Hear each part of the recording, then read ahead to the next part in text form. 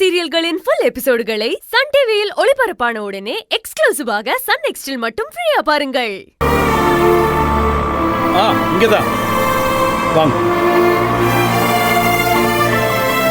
வண்டியை கட் பண்ணிட வேண்டாம், நீங்க உடனே கிளம்பிடுங்க. கொஞ்சம் வெயிட் பண்ணுங்க. தர்ஷினி,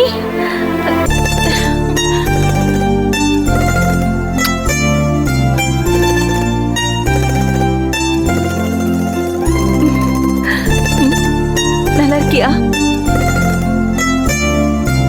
ஆக்சுவலாக அவள் நல்லா தயாராகி தான் இருந்தா.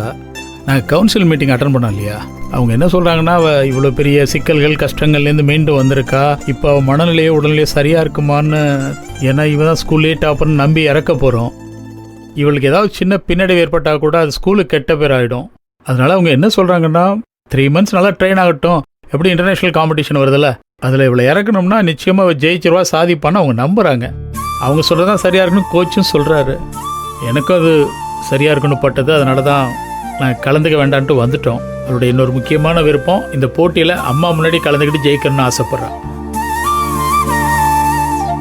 இப்போ குடும்பம் இருக்க சூழ்நிலை, இப்போ கலந்துக்க வேண்டாம், அப்புறம் கலந்துக்கிறதா நல்லதுன்னு எனக்கு தோணுச்சு.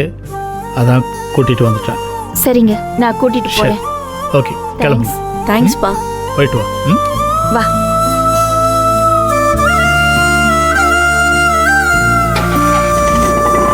போலாங்க. வரேங்க. தேங்க்ஸ். பார்க்கலாம்.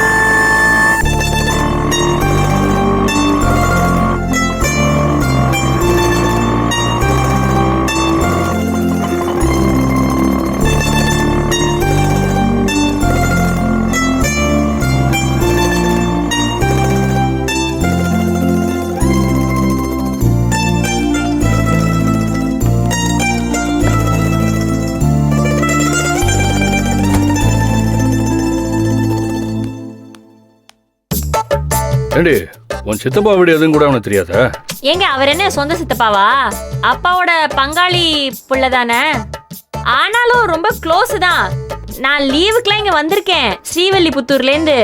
அப்ப காலியா கிடக்கும், சித்தப்பா வீடு மட்டும் தான் இருக்கும். நாங்களாம் ஓடி ஓடி விளையாடுவோம் இங்கிட்டலாம்.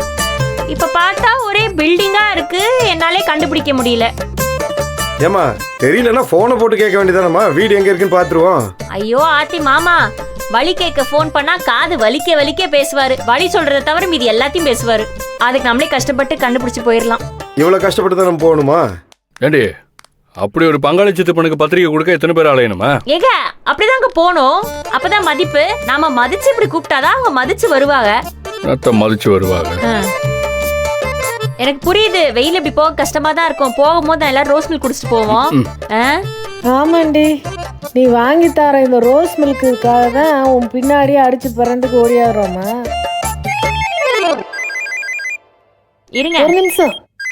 அக்கா, ஹலோ. ரேணுகா, எங்க இருக்கீங்க? இந்த இவ சித்தப்பா வீட்டுக்கு பத்திரிகை கொடுக்க போய்க்கிருக்கோம். அப்படியா? அங்கிட்டு என்னாச்சு, அவசரமா ஓடுனீங்களே? பிரச்சனை ஒண்ணும் இல்லையே? இல்ல இல்ல, ஒரு பிரச்சனையும் இல்ல. தர்ஷினி என் கூட வந்துட்டாளா? ஆமா. அப்போ காம்படிஷன்?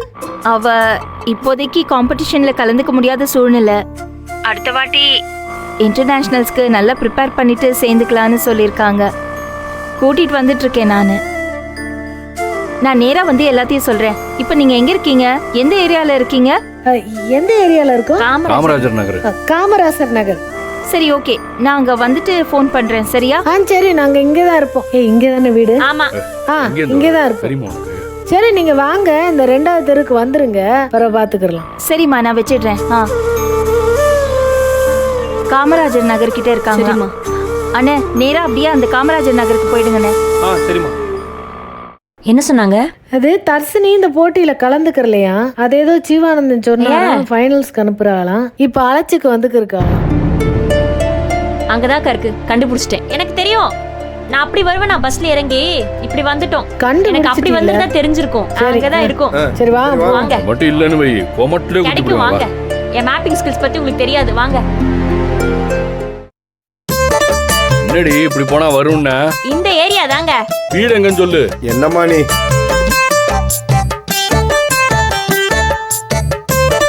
ஏம்மா எங்கம்மா வீடு? இருங்க. என்னத்த இருக்குது? இந்த வீடு தான். சரியா தெரியுமா? இதுதான் இந்த வீடு தான். இந்த வீடா? ஆமா தெரியுமா உனக்கு? அதுதான். சரி ஓகே, நீ போய் கொடுத்துட்டு வா, நாங்கள் எங்கேயே வெயிட் பண்ணுறோம். எது?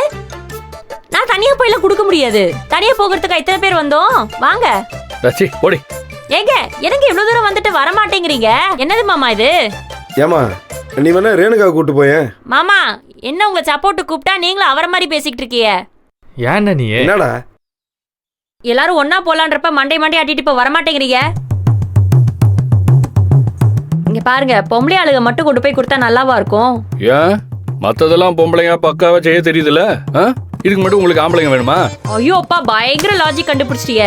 ரச்சி போடி. இங்க உள்ள சித்தி மட்டும் இருந்தா பிரச்சனை இல்ல. உள்ள ஒரு சித்தப்பன் உட்கார்ந்துருக்கான். அவன் ஆம்பளை தானே. அவன் நாங்க மட்டும் வச்சுட்டு வந்தா ஹேன்னு வாங்கிட்டு பின்னாடி போய் மரியாதை இல்ல, கௌரவம் இல்ல, போச்சா அச்சோ ஐயோன்னுவா. எதுக்கு? அவன் ஆம்பளை ஆள் தானே, இப்படிதான் பேசுவான். அதனால நீங்க வந்தாதான் கரெக்டா இருக்கும். வாங்க. இங்க பாருங்க, வெயில் என்ன தேவையில்லாம எனர்ஜி வேஸ்ட் பண்ண வைக்காதீங்க. வாங்க.